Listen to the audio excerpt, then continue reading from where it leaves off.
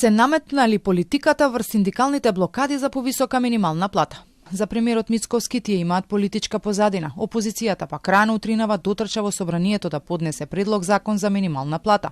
Дали ќе се седне на масата се разговара за ова прашање, Мицковски и денеска го повтори ставот, кој го кажуваат и неговите колеги веќе извесен период.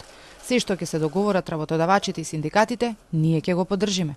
На кое што за мене е важно како претседател на владата е дека аргументот владата е најголем работодавач, треба да си ги регулира врските, ние си ги завршивме нашите врски. Во бипартитниот диалог меѓу коморите, односно работодавачите и работниците, ние сме фасилитатор и рековме ќе го поддржиме секое решение кое што практично тие ќе го договорат. Но политички инструирани, самонаречени водачи, ние не можеме да поддржуваме. Опозицијата пак повторно го поднесе предлог законот за минимална плата, откако претходно беше вратен поради технички недостатоци. Председателот на партијата, Филипче, смета дека владата има пари да го зголеми минималецот. Ова влада која што тера државата во изолација, вчера да најавува купување на нов владин авион.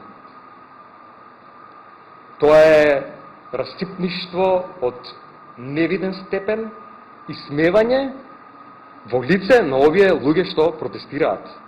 По сето ова се постава прашањето дали се оди кон генерален штрајк, нешто што синдикатите го најавија како последна фаза од нивната борба за раст на платите. Инаку со законското зголемување, минималецот треба да порасне околу 1600 денари.